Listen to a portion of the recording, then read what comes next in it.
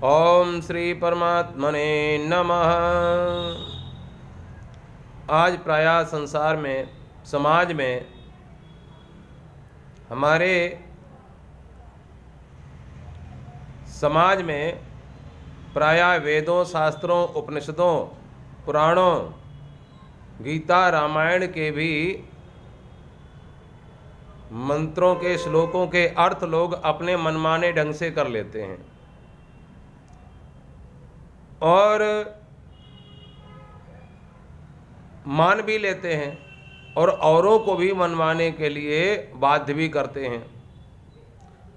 बहुत समय से श्रीमद् भगवद गीता का ज्ञान कर्म संन्यास योग का अर्थात चौथे अध्याय का 13वां श्लोक बड़ी चर्चा का विषय बना हुआ है और जो लोग इस श्लोक का अर्थ अपने मतानुसार करते हैं वो सर्वथा अनुचित है। भगवान यहाँ ज्ञान कर्म का उपदेश देते हुए कहते हैं अर्जुन से कि अर्जुन, चातुर्वर्ण्यम मया सृष्टम गुण कर्म विभागशः तस्य कर्तारमपि मां विद्धे कर्तारमव्ययम्। भगवान कहते हैं अर्जुन से कि ब्राह्मण, क्षत्रिय, वैश्य, शूद्र, इन चार वर्णों का समूह गुण और कर्मों के विभाग पूर्वक मेरे द्वारा रचा गया है। समूह माने एकत्रित। ब्राह्मण, क्षत्रिय, वैश्य और शूद्र, इन चार वर्णों का समूह, जैसा कि ये शरीर ही है, गुण और कर्मों के विभाग पूर्वक मेरे द्वारा रचा गया। किसके द्वारा? गुण और कर्म। व्यक्ति के अंदर गुण कैसे हैं, वह गुणवान है कि नहीं, उसके कर्म कैसे हैं, यदि वह वास्तव में गुणवान व्यक्ति है, सद्गुण संपन्न है और वह उसका आचरण श्रेष्ठ आचरण है, उसका कर्म श्रेष्ठ है, तो वह व्यक्ति ब्राह्मण है।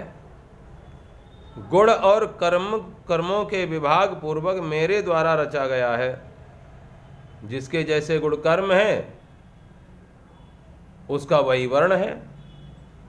अब ज्योतिष के आधार पर देख लिया जाए, बच्चा किसी भी जाति में पैदा हुआ हो, जन्म हुआ हो, अब वह किस नक्षत्र में पैदा हुआ है तो उसकी क्या राशि बनेगी और कौन से वर्ण में वह जन्मा है।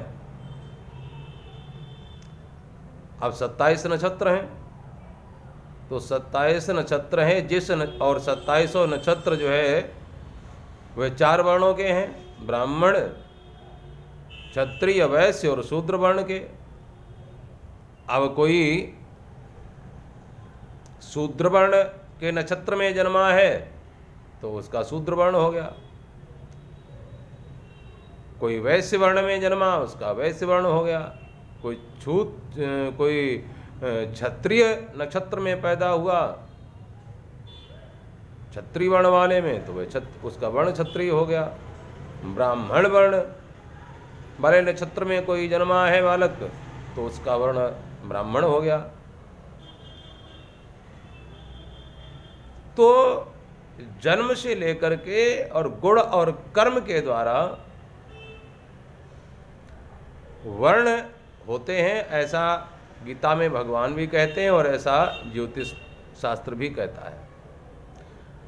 परंतु मैं श्रेष्ठ हूं ये तो ठीक है, वो केवल मैं ही श्रेष्ठ हूं ये स्वयं के लिए घातक है, क्योंकि किसी प्रकार का किया हुआ अभिमान वह एक हमें मानसिक रोगी बना देता है। चाहे पद का अभिमान हो, चाहे ज्ञान का अभिमान हो, चाहे देह का अभिमान हो। तो देहाभिमान में अगर हम अटके हैं, यदि देहाभिमान हमारे अंदर है, तो ना तो हम भगवान के भक्त हो सकते हैं और ना ही हम परमात्मा को तत्व रूप से जान सकते हैं।